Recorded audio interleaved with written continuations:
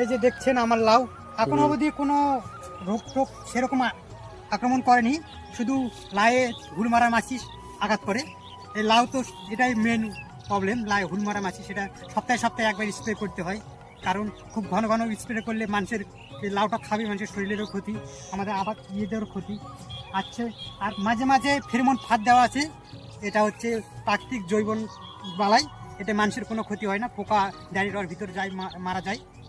দেখতে পাচ্ছেন আমার এখানে প্রত্যেক দিন লাউ 70 পিস থেকে 60 পিস মোটামুটি এরকমই এভারেজ থাকে।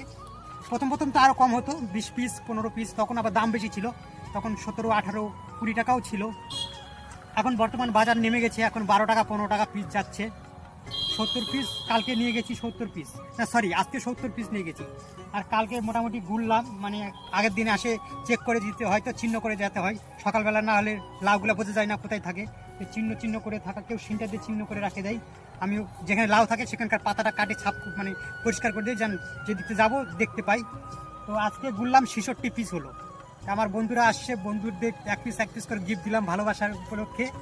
আরও 2টা আমাদের পাড়ার মেয়েকে দিলাম, 4টা দিলাম, তাও কালকে 62 পিস উঠবে।